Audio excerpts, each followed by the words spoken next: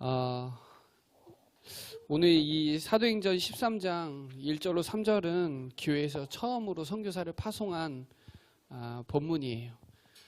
먼저는 제가 오늘 언더우드와 아펜젤라 선교사가 나왔는데 그거 전에 앞서 제가 조금 우리나라 초기 선교에 대해서 조금 보고하고 메시지 하도록 하겠습니다.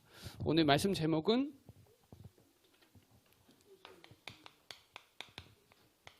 선교의 주역입니다. 사도행전 13장 1절로 3절.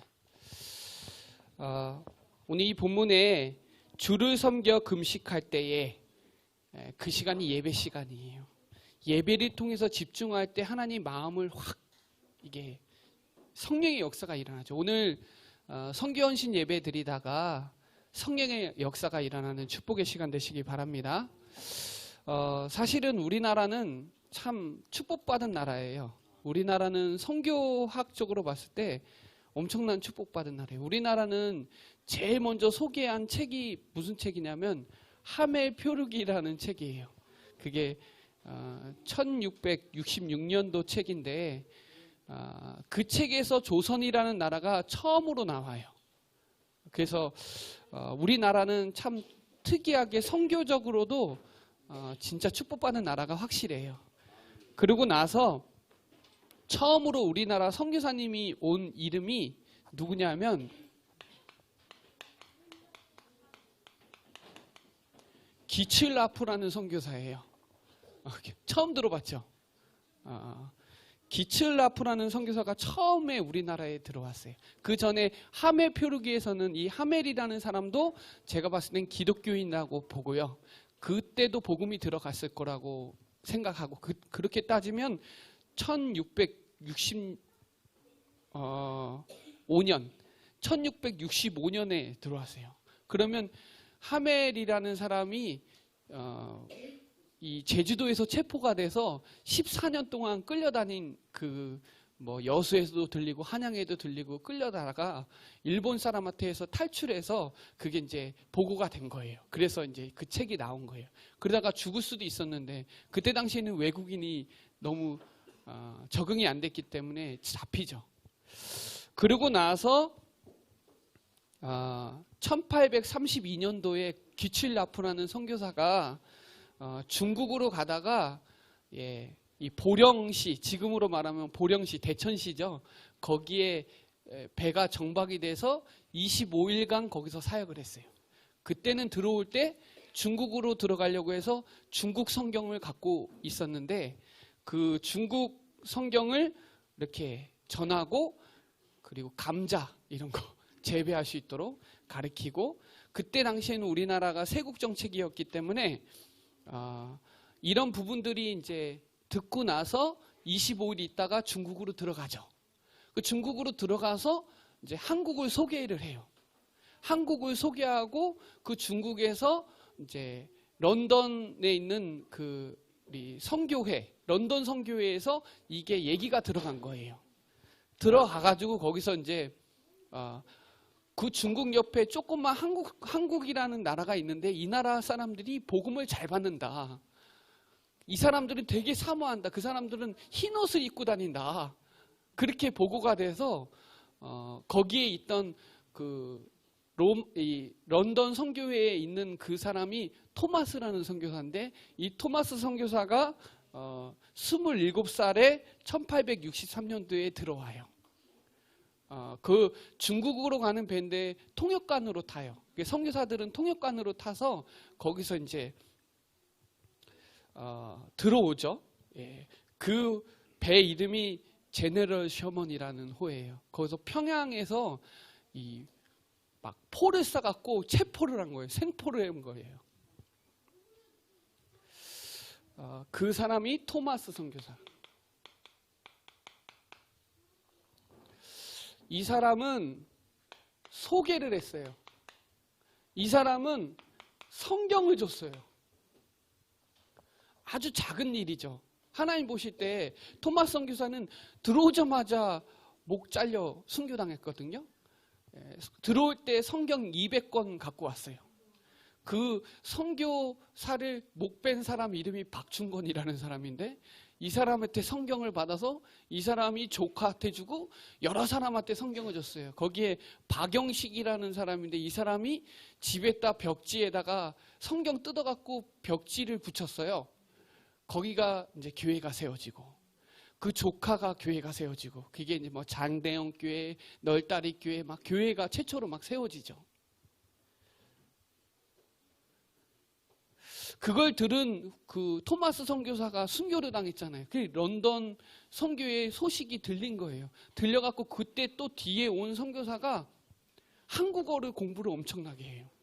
그래가지고 그 사람이 맥켄타이어라는 사람인데, 이 사람이 들어오자마자 조선 이 중국어 성경을 한글 성경을 번역하기 시작을 해요. 그때가 1872년. 그러니까요, 어떻게 따지면 벌써 187년 됐어요. 기칠라프가 우리나라에 들린 게. 그렇게 교회가 세워지고, 이제 언더우드 그리고 아펜젤러, 이 사람들이 이제 공식적으로 이제 들어오게 된 게, 그 시간이 1885년. 토마스 선교사가 들어온 때가 1863년. 이때가 1832년. 이때 언더우드 선교사가 들어오기 전 1년 전에는 아렌이라는 선교사가 들어왔는데, 이 사람은 의료하는 선교사예요. 그 선교사가 들어올 때 전화기 갖고 왔고요. 그때 전화기가 없었죠. 그 황제의 전화기가 됐어요. 그리고 나서 이 아렌이라는 선교사가 조선에 처음으로 어이가 돼요. 그게 옛날 여러분 사극 같은 데 보면 나오거든. 그때 당시에는 우리나라는 침술로 수술을 의료를 했기 때문에 어마어마하게 죽었어요. 조선에. 질병이, 전염병이 들면 엄청나게 죽었어요. 그때 당시에는 알렌이라는 선교사가 들어와서 배를 처음으로 갈른 거예요. 수술을 했단 말이에요. 배를 갈라서 봉합을 하니까 치유가 일어나니까 어마어마한, 그때 당시에 조선의 의료계에 엄청난 그 혁명이 일어나요. 전환점이 된 거죠. 그 사람이 알렌이라는 선교사고요. 1년 전에 들어왔어요. 1885년 4월 5일 날 들어왔어요. 부활절에 제물포 인천으로 해서 들어왔거든요. 그러니 이 언더우드는 북장로에서 왔고, 여기는 감리교 선교사예요. 그래서 언더우드 선교사는 알렌 선교사를 옆에서 도우면서, 그때 이제 광해원이 세워져요. 우리나라 광해원, 조선에. 예.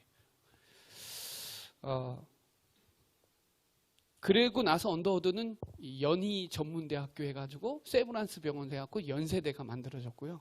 이쪽은 배제학당을 해서 지금은 대전에 배제대가 있죠. 이하학당, 이런 게 다, 이하여대는 이하학당에서 나온 거예요. 그 우리나라에 온 선교사들은 학교를 세우고 병원을 세우고, 그때 고아원이 많으니까 고아원도 세우고 복음을 전했죠. 이때 당시 우리나라는 네비우스 정책이라고 해서 자급자족이에요. 그래서 우리나라는 선교학적으로 봤을 땐 기념비적인 나라가 돼버린 거예요. 그러니까 이분들은 한글 성경이 이미 선교사가 공식적으로 들어오기 전에 들어와 있으니까, 우리나라는 선교사님이 공식적으로 들어오기 전에 성경이 이미 깔려 있었어요. 이건 이럴 수가 없거든요, 사실은. 우리나라는 진짜 축복받은 나라예요.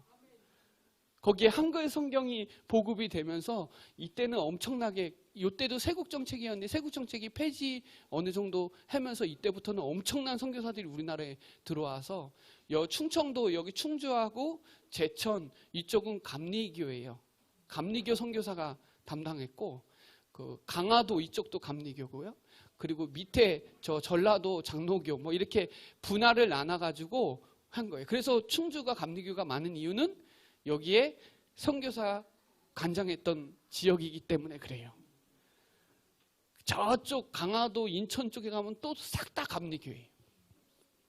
장로교, 감리교 이렇게 해서 어마어마한 복음운동이 일어나서 나중에 1903년도에 원산 대부흥운동이 일어나고 1907년도에 평양 대부흥이 일어나면서 엄청나게 우리나라는 대단한 나라였어요. 그러니까 기독교가 1%밖에 안 되는데 사람들이 흠모할 정도로 엄청난 모범의 삶을 살았거든요.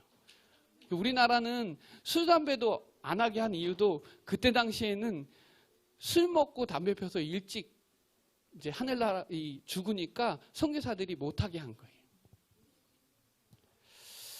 아무튼 우리나라는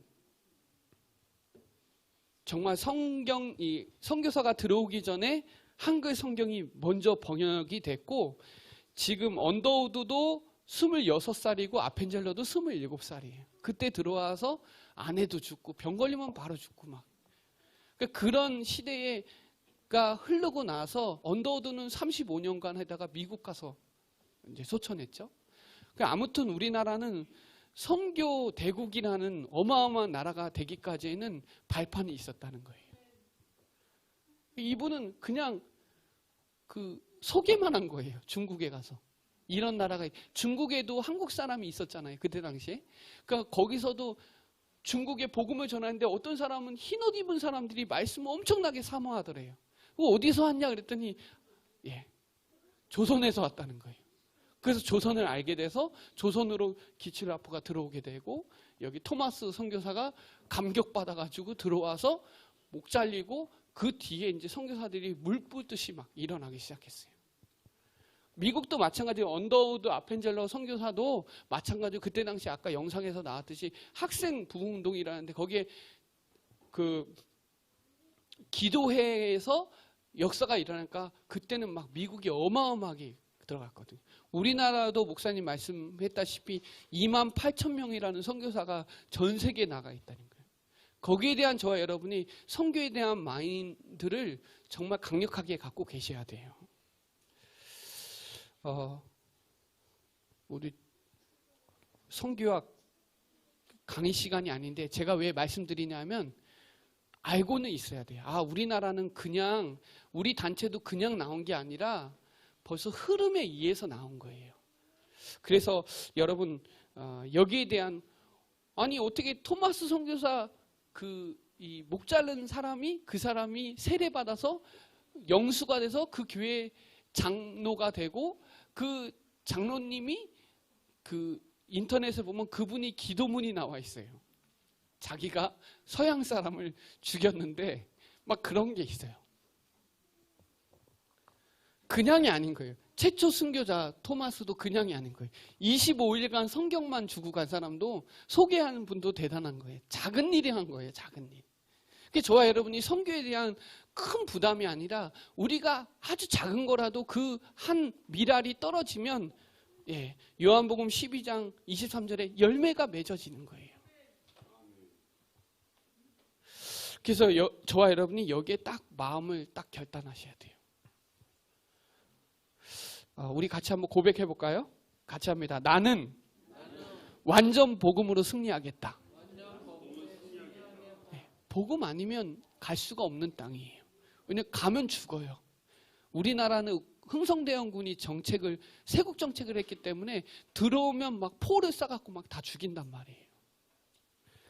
그리고 나는 완전 전도로 하나님의 인도 받겠다. 하나님의 인도 받아야 돼요. 그리고 마지막으로 나는 완전 선교로 모든 것을 회복하겠다. 선교의 전도에 방을 맞추면 모든 것이 회복이 돼요. 하나님 그걸 원하시거든요. 자, 여기에 오늘 본문에 최초 선교사가 파송이 됐어요. 여기에 배경을 보면요, 바나바가 나와요. 처음에 이름이. 그런데 그게 어디 교회에서 파송이 됐냐? 안디옥 교회라는 교회에서 파송이 됐어요. 거기에 선지자와 교사, 선지자는 목회자고요. 교사도 사역자잖아요. 말씀하는 사역자들이 5명이 팀이 된 거예요. 근데 이거는 팀이 만들어질 수가 없는 팀인데 하나님이 만들어낸 거예요. 그 안디옥 교회는 우리 교회가 2010 몇 년도예요?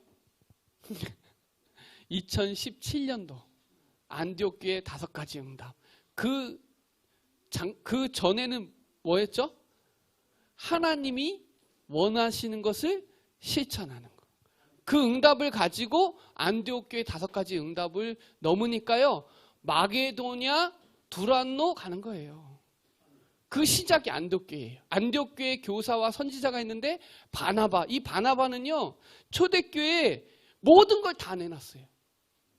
그 정도로 복음의 사람이었어요. 뭐 돈을 다 내놔야 복음의 사람이냐 그 말을 얘기하는 게 아니에요. 이 바나바는 레이지파예요. 그리고 나서 핍박자 다소에 있는 바울을 찾아간 사람이에요. 자기 때나는 그 사람을 만날 수가 없는데 하나님의 인도를 받은 사람이에요. 그리고 니게르라는 시몬, 아프리카 사람이에요. 구레네 사람 루기오, 아프리카 사람이에요. 구레네는 지금으로 말하면 리비아 북동부에 있는 지역이 구레네래요. 그 리비아는 그 흑인보다 조금 백인들이 많아요. 리비아는 지금은 이슬람교에 있는데 구레네 사람, 루기오, 아프리카 사람이죠. 시므온, 흑인이에요. 그리고 악질 중에 악질, 헤롯의 젖동생 마나인. 말도 안 되는 만남이에요. 왕족이란 말이에요, 마나인은. 그리고 핍박자였던 사울. 요 5명이 팀이 된 게 완전 복음 공동체예요. 하나님 보실 때. 이게 저와 여러분은 피지라는 나라를 살리기 위한 완전 복음 공동체다 이 말이에요. 누구는 아니고 저 사람은 맞고 그게 아니라 우리 교회에 정말 237 나라 살릴 수 있는 여러분들은 완전 복음 공동체다 이 말이에요. 그렇죠. 복음으로 하나 돼야지 복음 아닌 걸로 하나 되면 하나가 될 수가 없다니까요. 아니 핍박자 마나인 어떻게 수용해요? 초대교회 다 죽였는데 막 헤롯. 아프리카 사람 인종부터 지금도 막 수용이 안 되는데요.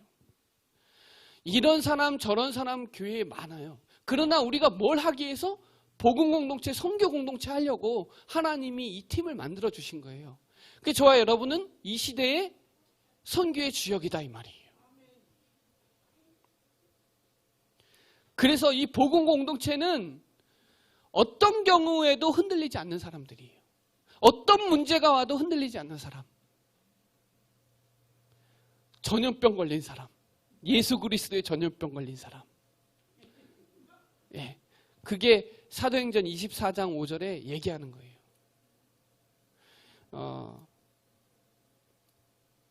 열왕기상 8장 37절로 40절을 읽어보면요.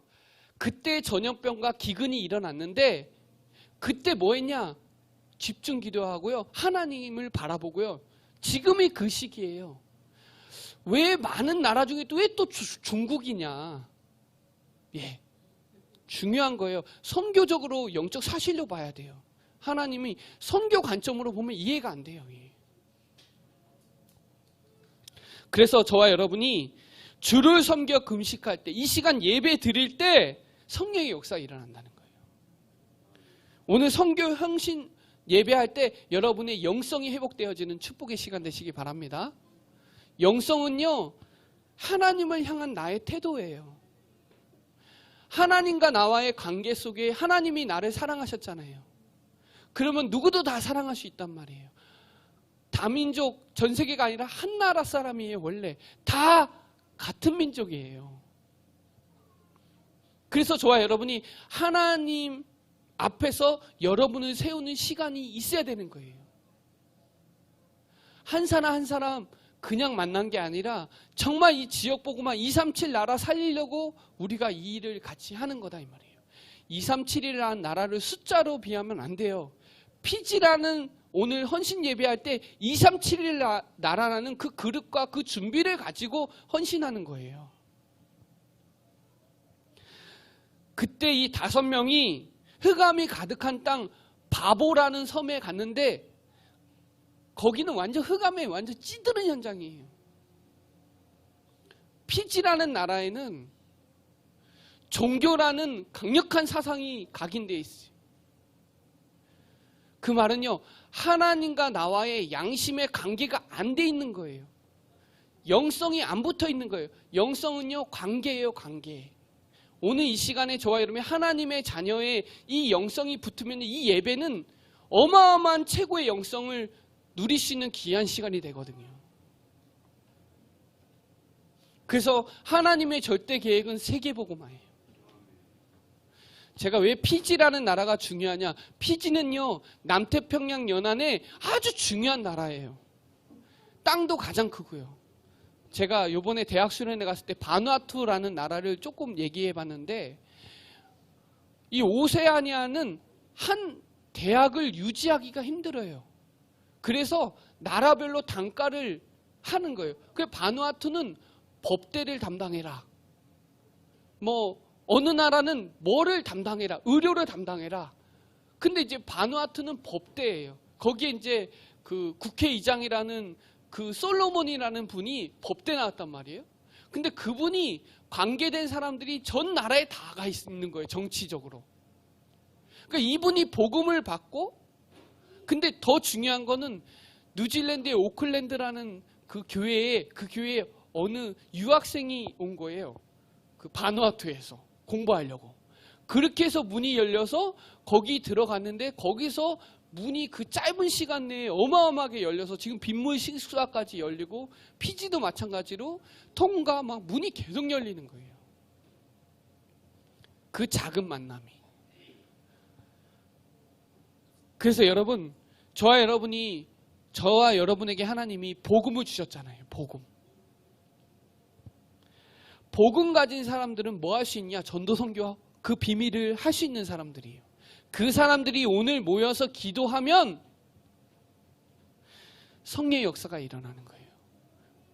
피지에 우리가 알게 모르게 이 시간 기도할 때 성령의 역사가 일어나요. 아니, 신기해요. 제가 대학 수련회 갈 때마다 피지 선교하는 목사님을 만나요. 그래서 계속 일주일 동안 얘기 나눴어요. 피지 선교에 대해서. 그 전에도 전라북도 노회에서 그쪽 오세아니아를 많이 담당해요. 거기 있는 목사님을 계속 만나게 되는 거예요. 여러분, 그래서 오늘 저와 여러분은 완전 복음 공동체다.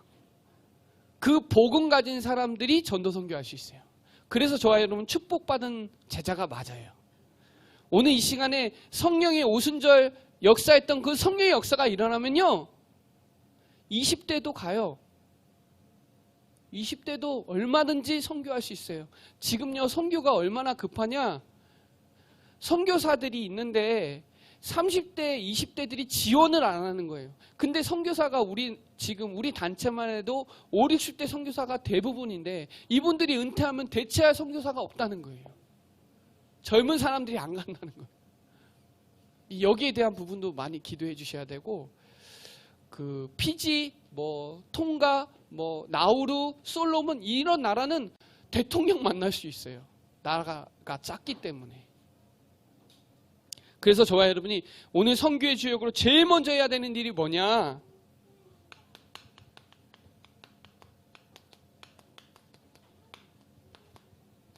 개인 말씀 운동 일으키라는 거예요. 하나님이 시키는 일을 하셔야 돼요. 하나님은 저와 여러분을 통해서 뭐 하기를 원하시냐? 전도 선교하기를 원하세요. 그래서 저와 여러분을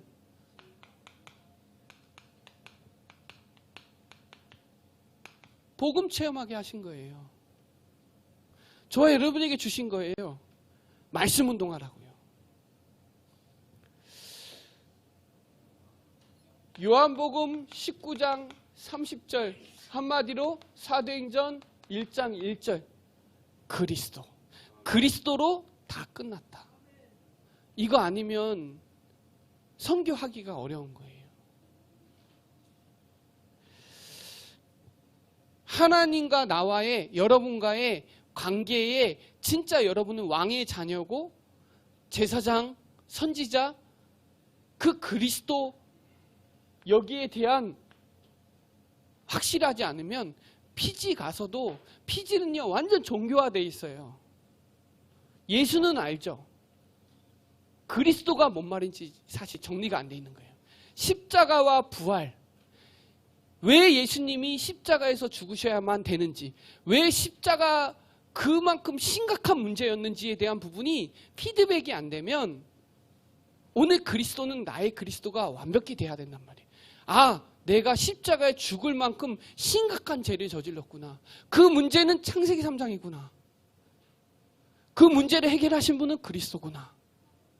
거기에 대한 피지의 이 복음이 증거된다니까요. 우리 목사님 피지 가시잖아요.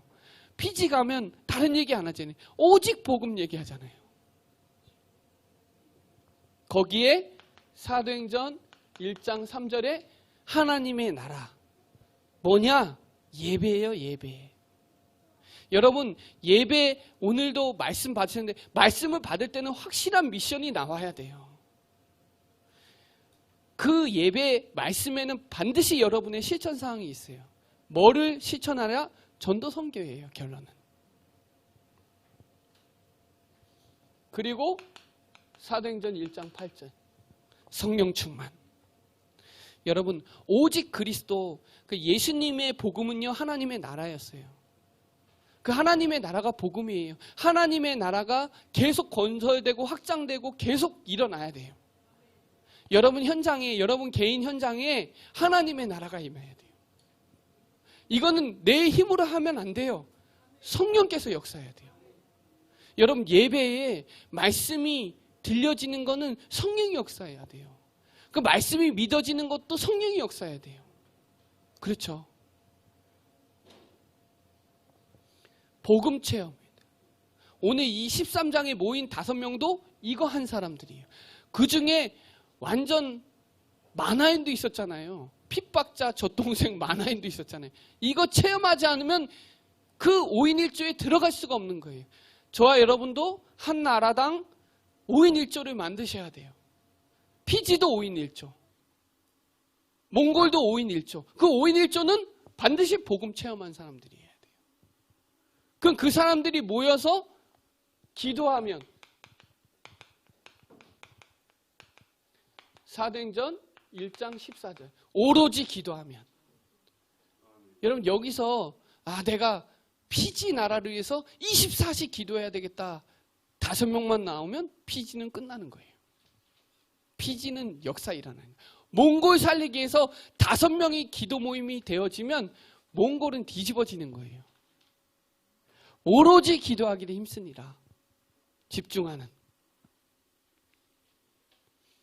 여러분만의 선교를 두고 혼자 멈추는 시간이 있어야 돼요. 내가 진짜 선교를 두고 집중할 수 있는 시간이 있어야 돼요. 여러분 혼자 안 되는 사람은 반드시 함께 하기가 어려워요. 함께가 잘 안 돼요.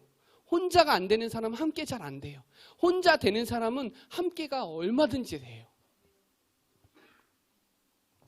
여러분 24시 할 수 있는, 내가 선교 이 나라를 두고 선교를 두고 진짜 기도해야 되겠다. 여러분 마음에 9개 나라 중에 한 나라가 품어져서 그 나라를 위해서 오로지 기도하기 힘쓰는 모임이 시작된다면 역사 일어나게 돼 있어요. 아까 아펜젤러와 언더우드 선교사는 그냥 나온 게 아니라 잿더미에서 그 5명이 모여서 기도했는데 그 모임이 확산이 돼갖고 청년들이 마음이 뜨거워져갖고 나도 가야 되겠다 이렇게 된 거예요.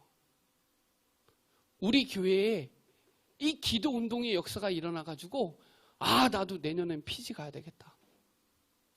피지가요 이제 지금 직항이 없어졌어요. 지금 되게 멀어졌어요. 왜 그런지 하여튼 들렸다 가야 되는데 피지요 지금 사람들이 이미지를 완전히 바보 만들었어요. 신옥주라는 그 이상한 분 때문에 막 거기가 무슨 천국이랬거니 뭐 이상하게 만들었고. 피지라는 나라를 우리나라 선교에 되게 많이 이미지를 타격 줬어요. 그러나 저는 기회라고 보거든요. 자, 이 기도 체험한 사람들이 당연히 또 전도가 체험되죠. 이거 되는 사람은요, 전도문이 열릴 수밖에 없어요. 문이 열릴 수밖에. 여러분 주위에 선교가 되게 돼 있어요. 우리나라에도 와 있어요. 우리나라에도 다민족들이 와 있다니까요. 그런데 내가 복음으로 진짜 체험하고 선교의 마음을 담기 시작하면 여러분에게 하나님이 문을 여실 거예요. 문을 여실 거예요. 그리고 뭐가 살아나냐? 예배가 살아나고 막 제자가 세워질 거예요. 여러분이 복음 누리면서 기도가 되고 예배가 살아나기 시작하면 그때부터 문이 열려요. 여러분 개인적인 말씀 운동은 뭐냐? 구원의 길이에요. 구원의 길을 제대로 누리면 거기에 대한 함께하는 게 뭔 말인지 알아요.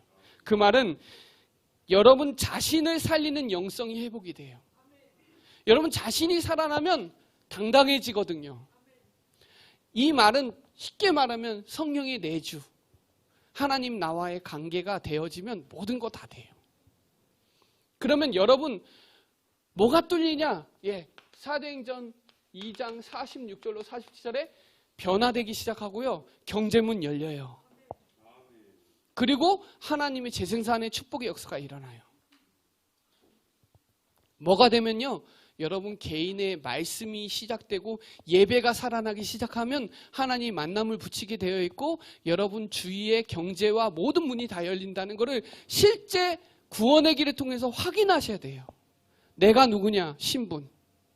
내가 가는 곳마다 흑암이 무너진다. 권세. 우리는 천국 백성이잖아요. 여기에 대한 여러분의 성령의 내주 역사가 오늘 충만하게 일어나야 돼요. 그 20대 토마스, 아펜젤러, 언더우드 이런 사람들이 이거 확신 없으면 오기가 힘든 거예요. 그러면 여러분 자신이 살아나는 영성이 시작되면 당연히 따라오는 게 교회. 교회 내에서 말씀 운동이 또 시작돼요. 자 보세요. 안디옥 교회는 흩어진 사람들이 모였어요. 흩어진 사람들이 뭐였냐? 복음 체험한 사람, 기도 전도 체험한 사람들이 모였다니까요. 그 모인 사람들이 안디옥 교회에서 말씀 운동을 펼치니까 역사가 일어나는, 막 소문이 일어나고요. 막 그리스도인이라 일컬음을 얻고 제자의 수가 막 세워지고요. 하나님의 은혜가 막 나타나는 거예요. 우리 자신이 이 축복이 일어나면 구원의 길 말씀 운동의 역사가 일어나면 예배의 사모늘이 뭔 말인지 알아요. 그 말은 교회를 살리는 성령, 이 영성이 시작돼요. 교회를 살리는 영성이. 그거를 성령 인도라고 하죠. 임마누엘.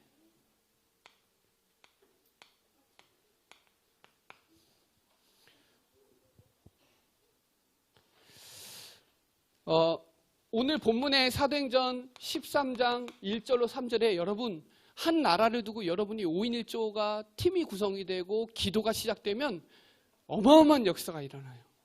기간에 부서에 여러분의 남전도회, 여전도회, 주일학교 여러 가지 하는 팀들이 모여서 기도의 영성이 시작되면 말씀의 영성이 시작되면 거기서부터 폭발적으로 일어나요. 5인 1조. 그래서 저는 9개 나라에 5인 1조가 세워지는 걸 기도하고 있어요. 거기 팀들이 기도하기 시작하면 거기서 하나님 경제도 붙일 것이고요. 많은 대상자도 붙일 거라고 확신하거든요. 그래서 여러분 피지는요 100만밖에 안 돼요. 100만인데 그 피지라는 나라는 300개가 넘어요. 섬이. 그 중에 큰 섬이 있어요. 거기에 난디와 수바라는 데 두 군데에서 사역이 일어나요. 난디는 찰리 목사님이 사역하고 수바에 보통 많아요. 근데 공항이 난디에 있단 말이에요. 난디 사역도 되게 중요하죠. 전 가보지 않았는데 마음을 담고 있으니까 알아요. 세계 지도를 보니까 또. 그 선교사님 이름이 우상명 선교사님이에요. 그분도 뉴질랜드에 있다가 거기로 가죠. 마찬가지로 이 토마스 선교사, 기칠라프 선교사는 중국으로 가다가 잠깐 들린 거예요. 들렸는데 마음이 당긴 거예요. 그래서 거기에 목 잘리고 거기 저는 기적적인 거 아니에요? 목 잘린 사람이 세례받고 거기에 교회가 세워지고 자기가 회개해서 기도가 나오고, 대단한 거죠. 자기는 뭔지도 모르고 목자는 거예요. 그분이 누군지도 나중에 보니까 얼마나 후회가 되겠어요. 그 사람은 평생 전도했을 거예요. 그렇죠. 이 팀에 들어간 사울은 어떻겠어요? 그 핍박자 사울이었는데 여기에는 바울이라고 얘기 안 하고 사울이라고 표현했잖아요. 그냥 모인 게 아니에요, 여러분. 우리가 그냥 모인 게 아니에요. 이게 1차 선교 여행이에요. 2차 선교 여행은 뭐였죠? 다 기도가 붙었어요. 우리가 그 나라를 위해서 기도하고 인도받으려고 몸부림치면 하나님이 거기에 더 큰 문으로 역사하죠. 저는 중국은 더 큰 문으로 역사할 거라고 저는 확신하거든요. 하나님이 중국 선교를 열으려고 지금 하시는 거 아닌가 저는 그렇게 생각해요. 문이 막힌 것 같은데 더 큰 계획이 있었어요. 마게도냐로. 유럽으로 가게 됐단 말이에요. 그리고 나서 우리 두란노 운동이죠. 두란노 운동은 당연히 사도행전 19장 1절로 7절에 마가다락방에 역사했던 그 역사가 동일하게 일어났다니까요. 우리 교회가 작년에 두란노 운동이었죠. 두란노 운동을 하기 전에 로마 가기 전에 초대교회로 들어가야 되는 거예요. 다시. 너희가 성령을 받았느냐. 마가다락방 성령. 그때 당시에 많은 사람들은 세례 요한의 세례만 받은 거예요. 그냥 아는, 지금 피지가요, 그냥 전례로 들었던 그 기독교 이 복음을 들었지 사실은 원색적인 참 복음을 들은 적이 없는 거예요. 네가 성령의 세례를 받았느냐. 뒤집어지는 거예요, 거기에.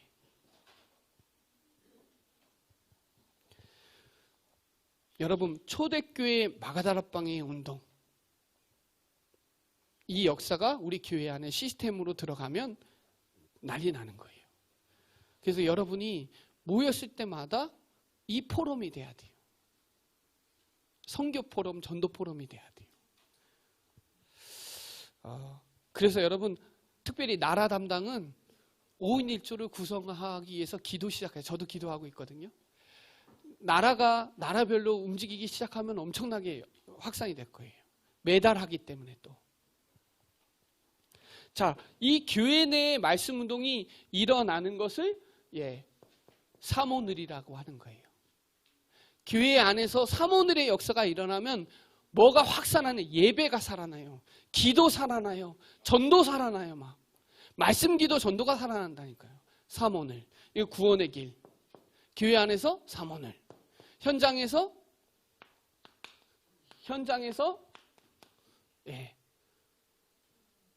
말씀 운동. 현장에서 62가지의 삶이 사라지게 돼 있는 거예요. 이게 원네스죠.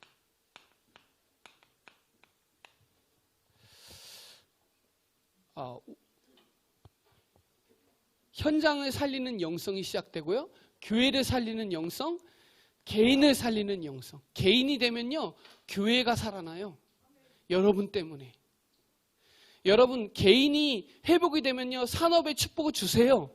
선교하라고. 그러면 현장도 가요. 여러분, 기도하다가 그 선교지 가죠? 마음이 달라요, 여러분. 그리고요, 말로만 듣는 거 말고 직접 가면 달라요, 마음이. 그래서 여러분, 5기초 역사 일어나야 돼요. 사도행전 1장 15절에 120명이 모여서 기도했다니까요. 현장에서. 120명. 380명은 도망갔고 120명이 모여서 오로지 기도한 거예요. 그 사람들이 확산이 일어나니까 사도행전 2장 42절에 3,000명. 그 뒤에 사도행전 4장 4절에 5,000명. 역사 일어나는 거예요.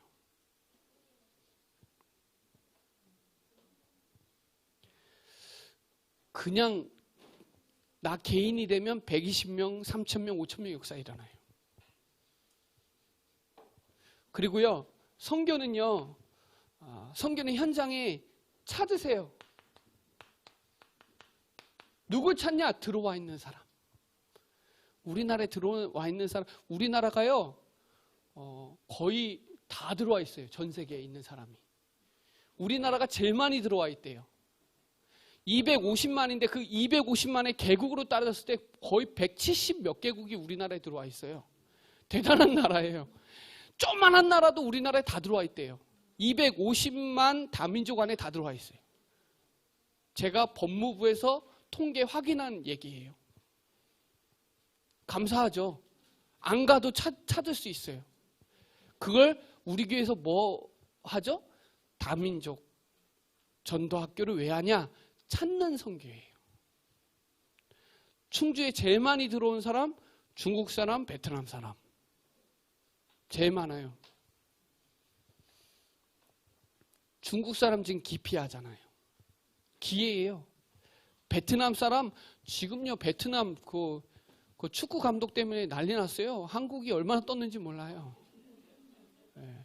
베트남 커피 2위예요. 우리나라 커피 제일 많이 먹거든요. 베트남에서 제일 많이 갖고 와요. 아프리카 사람도 거의 다 들어와 있고요. 전 세계 우리나라 사람이 우리나라로 어마어마하게 들어와 있어요. 여러분 선교 가면 알지만 우리나라만큼 좋은 나라가 없어요. 정말이에요. 찾는 선교. 여러분 직접 가세요. 가서 보세요. 보고 기도한 사람. 나라 담당은 꼭 가보셔야 돼요. 나라 담당은 꼭 가보셔요. 책임을 져야 되니까 그 한 나라의 담당자로 세워졌으면 우리 갔다 오세요. 정말. 우리 그 국장님은 거의 다 다니셨죠. 예. 또 가셔야죠. 예.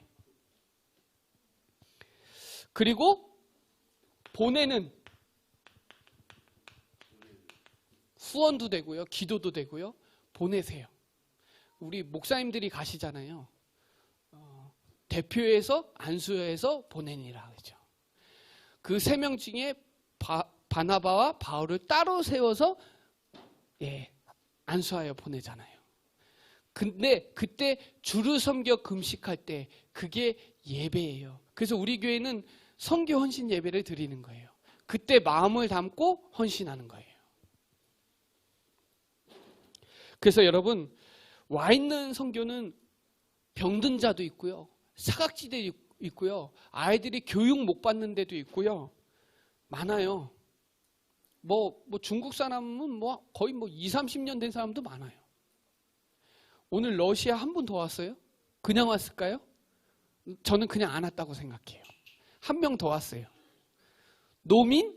우리 교회 또 지금 몽골에서 이제 요번 달에 들어오는데 노민 그냥 연결됐을까요? 저는 그렇게 생각 안 해요. 한국말 너무 잘해요.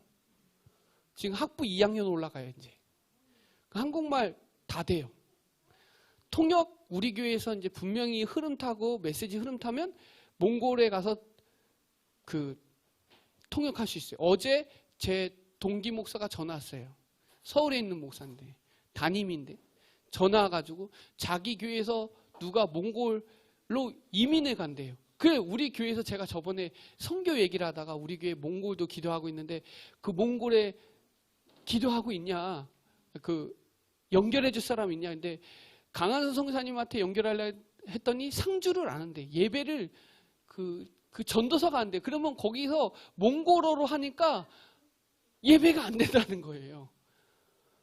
그래갖고 제가 이런 부분을 어떻게, 우리 교회가 왜 거기에 시스템을 세워야 되는지를 조금 마음이 더 담게 되더라고요. 시스템이 있어야 되는구나. 그 생각도 많이 하게 돼요.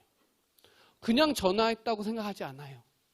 그냥 러시아 그 아주머니 같은데 그냥 오신 것 같지 않아요. 그죠? 근데 한국말 배운단 말이에요. 그분들이. 한국말 배워서 그 현지 가면은 우리가 가서 통역 다 되죠.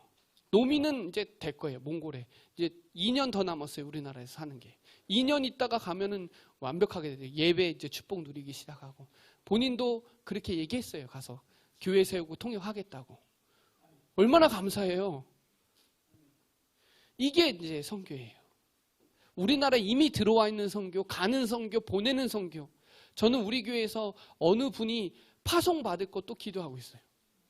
어느 날 우리 교회에서 파송 선교사 나와야 되잖아요. 후원 선교사 말고 파송 선교사 나와야 될 거 아니에요. 저 그것도 기도해요. 그래서 여러분, 이게 이제 62가지 삶이에요. 여러분 현장에서 전도자의 삶을 살면 선교에 대한 마인드가 심어지면요, 여러분 축복하세요. 아까 전에 제가 그랬죠. 모든 거 회복된다고. 완전 선교하면 모든 거 회복돼요. 제가요, 선교 현장을 가서 제가 엄청나게 깨져요. 그래서 여러분 결론적으로 주를 섬겨 금식할 때 살리는 영성을 회복하세요. 어디에? 교회에. 우리 교회에서 추진하고 있는 흐름을 놓치지 마셔야 돼요. 우리 교회에서 뭐예요? 아까 전에 얘기했듯이 자신을 살리는 영성. 그게 뭐냐면 구원의 길이에요. 구원의 길을 하지 않으면 내가 누군지 정체성을, 내가 어떤 축복을 받았는지, 내가 가는 곳마다 흑암이 진짜 무너지는지 구원의 길을 통해서 뚫려야 돼요. 그래야 예배가 살아나요. 구원의 길이 안 되면 예배가 안 될 거예요, 아마. 이걸 개인화라 그래요. 이거를 사도행전 1장이라 그래요. 우리 사도행전 1장 3주 갔어요. 아시나요? 지금도 3주 갔죠? 왜 3주 갔을까요? 중요하기 때문에. 이게 개인화예요. 제가 이 메시지를 언제 한거 왔더니 2018년 6월 13일 날 선교헌신 예배 때 이 메시지를 했더라고요. 구원의 길, 사모는 그때부터 지금까지 계속 왔어요. 그냥 선포되지 않았을 거라고 생각하죠. 개인화. 제일 중요해요. 개인 말씀 운동, 개인이 영성이 회복이 되면 그때부터 교회가 살아나요. 교회를 살리는 영성. 이게요, 여러분, 목사님이 사모를 8년간 올리는 거 그냥 올리는 거 같나요? 저는 그렇게 생각 안 해요. 뭘 소통하려고 하죠? 교회. 예전 공동체. 이게 사모늘이에요. 이게 구원의 길이 위드고요. 사모늘이 임마누엘이에요. 우리와 이번 주 강단으로 우리의 현장에서 어떻게 성취되는지를 확인해 주고 싶은 거예요. 그래서 자꾸 올리라고 하는 이유는 어떻게 하나님이 주의 강단 말씀과 삶 속에서 어떻게 성취하고 있는지를 확인하고 싶은 거라는 거예요. 여러분, 그래서 사모늘은 뭐냐? 제자화예요. 제자화. 제자는요, 사모늘이에요. 개인화가 안 되면 사모늘이 잘 안 돼요. 개인화돼야 제자화돼. 제자는요, 뭐 따라가요? 말씀 따라가요. 우리 유목사님 따라가는 거 아니잖아요. 하나님의, 유목사님에서 나오는 하나님의 말씀 따라가는 거잖아요. 그죠? 너무 제가 대학 수련회 가서도 너무 좋은 거예요. 제가 수련회 거의 다 가보면 목사님 말대로 어마어마해져요. 대학생들이 막 기도하는데요. 막 진짜 마음이 막 뜨거워지고요. 전문별로 50개가 막 전문별로 움직이는 거 보면 야, 우리 랩런트들은 진짜 축복받았구나. 우리는 그거를 제대로 못 누렸는데 우리 랩런트들은 거기에 전문인들이 다 있어요. 뭐가 살아나냐? 예배가 살아나는 거예요. 이게 사도행전 2장이에요. 사도행전 2장은 뭐냐? 예배예요, 예배. 오늘 강단 말씀에 성령의 감림했던 거기에 전도문이 열리고 말씀이 성취되고 제자가 세워지고 현장이 변화되잖아요. 그게 예배예요, 예배. 내가 되면 교회가 되는 거예요. 마가다라방 교회를 뭐라고 얘기했냐? 사도행전 2장을 얘기해요. 반드시. 그 역사를 두란노 운동 하기 전에 똑같이 동일하게 역사가 일어났다는 거예요. 사도행전 19장 1절로 7절. 그러면 당연히 현장 살리는 영성이 시작되죠. 그거를 여러분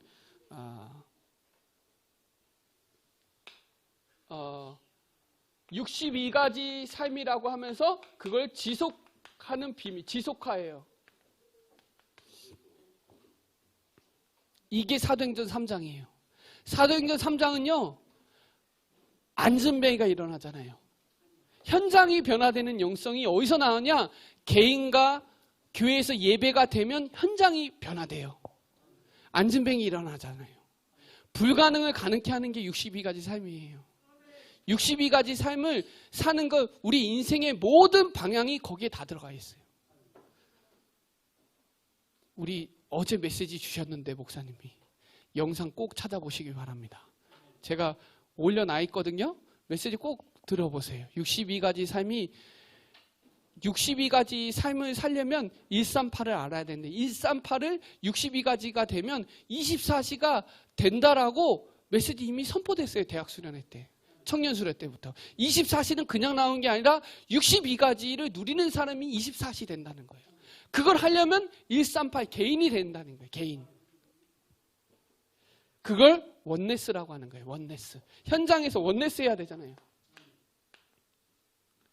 자, 마지막으로 이게 되면요, 나라를 살리는 영성이 시작돼요. 그거를 237이라고 하는 거예요. 그래서 제가 그 현수막 요 앞에 보면은 237을 왜 넣냐?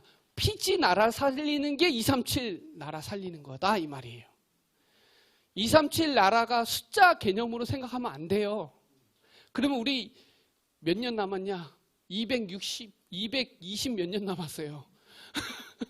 그게 아니에요. 우리 교회에서 섬기는 9개 나라를 섬기는 게 237 나라 살리는 거다 이 말이에요. 그 10개, 11개, 12개, 15개 뭐 나올 수가 있죠.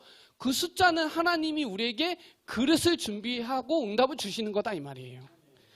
그거를 세계화라고 하는 거예요. 세계화. 여러분, 교회에서 구원의 길, 삼원을 62가지, 237 그냥 나오는 게 아니라니까요. 그래서 저와 여러분을 선교의 주역으로 부르신 거예요. 왜냐? 교회에서 그렇게 흐름이 가고 있죠. 거기에 지금 자리에 앉아 계시잖아요. 그러면 그 비행기는 그냥 가는 거예요. 그렇죠. 아니, 파리 비행기 탔더니 파리에 도착한 거예요. 나도 몰랐는데 그 비행기 타고 있으니까. 맞죠? 그 여러분의 산업과 만남과 모든 거에 237의 축복이 나타나게 돼 있어요. 오늘 이 피지 선교에 여러분, 내가 이 나라는 두고 진짜 본격적으로 기도해야 되겠다 한번 결단하는 축복의 시간 되시기 바라고요. 중국을 위해서도 진짜 기도해야 될 때고요. 우리나라, 제가 이거 설명하려면 오늘 진짜 특강해주고 싶었는데 진짜 저도 이거 좀 전해주고 싶은데 나중에 또 시간이 될 때 선교 역사에 대해서 조금, 한국 교회사에 대해서 조금 설명해주고 싶은데요. 우리나라는 그냥 이렇게 온 게 아니에요. 우리나라가 진짜 다행인 게요. 다행인 게 우리나라는 복음이 1%에게 들어갔어요. 상위 1%. 그게 얼마나 감사하지. 장관, 대통령 이런 사람들이 복음을 받은 거예요. 우리나라가 진짜 대단한 거예요. 그러니까 우리나라가 기도로 시작을 한 나라예요. 성경 위에 손 얹고. 그거를 진짜 엄청 축복받은 나라예요. 그래서 거기에 대한 여러분 자부심, 자긍심 가지고 우린 전 세계 선교할 수 있는 대표적인 나라예요. 거기에 대한 마음을 담고 우리 교회에서 하는 선교사님 이름이라도 오늘 외워서 본격적으로 기도해야 되겠다. 그리고 9개 나라 어디 있는지는 붙어 있는지는 오늘 체크해야 되겠다. 그 작은 헌신이 하나님 역사하는 거예요. 오늘 이 축복의 역사가 일어나는 귀한 시간 되시기 바랍니다. 기도드리겠습니다. 하나님 감사합니다. 우리를 이 시대에 선교하는 주역으로 불러주심을 감사를 드립니다. 또 선교를 대표로 하는 우리 교회에 하나님 축복하여 주옵시고 또 계속적인 선교 나라가 증가되게 하시고 또 하나님 거기에 필요한 모든 것을 채우는 역사 일어나게 하시고 우리 랩런트들이 두기고 팀이 되게 하셔서 또 5인 1조 팀들이 되게 하셔서 정말 선교 때문에 모든 것을 회복할 수 있는 시작이 되게 하여 주옵소서. 감사를 드리며 살아계신 예수 그리스도의 이름으로 기도드립니다.